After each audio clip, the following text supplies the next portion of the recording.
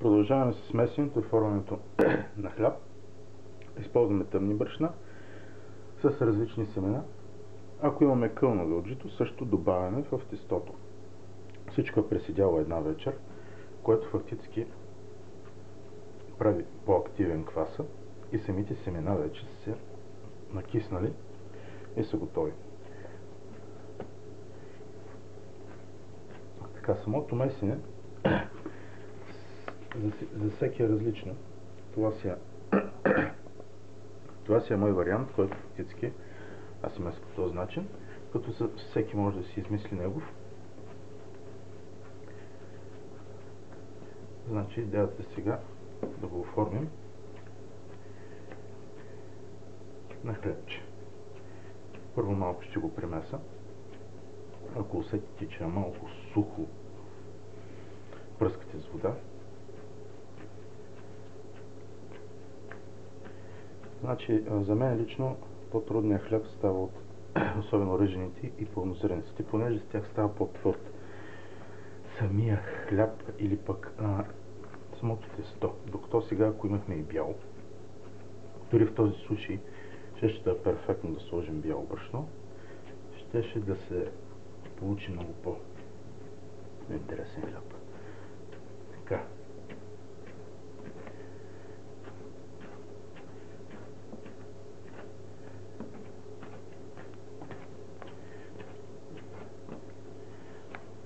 След доста опити, които направих как се прави хляб, от квас специално, понеже преди съм се занимавал и с другите, с мая, разни питки и така нататък,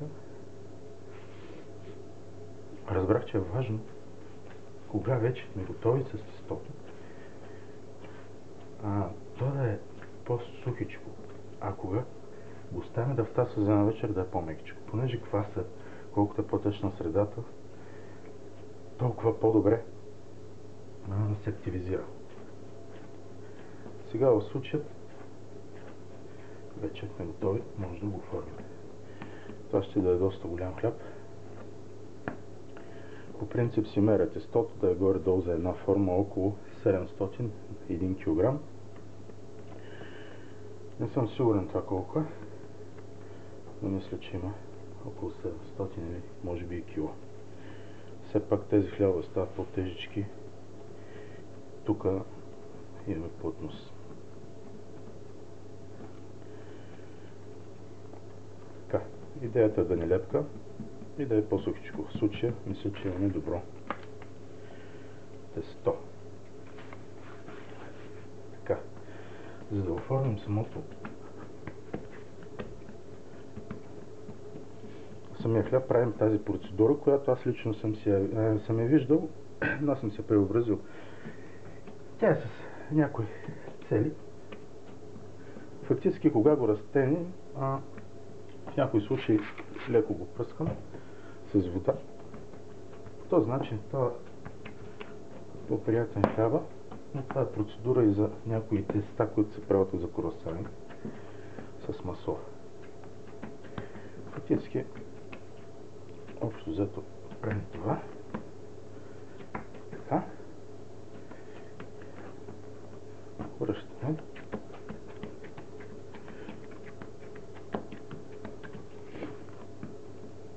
Така.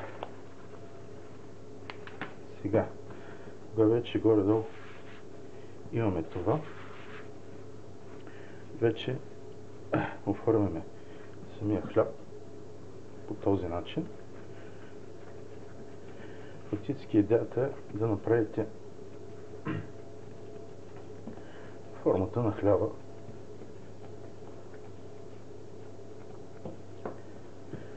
Така. Общо взето, това е хлябчето. Значи, ако му придадем, ако направим разрез от тук до тук, хляба се разтваря и бухва двойно. Става различна форма. Ако направим само 3-4 разреза по този начин, той придобива друга форма. В случая не съм сигурен как да го направя, но В случай ще направим комбинация от двете, за да имаме по-различен хляб. Фактически ще направим един разрез по цялата дължина и няколко странични.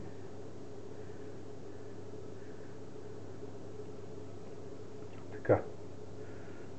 Общо взето, по този начин го леко пръскаме и поръсваме. Важно е да се поръси хубаво с брашно. Така. И разбира се отдолу.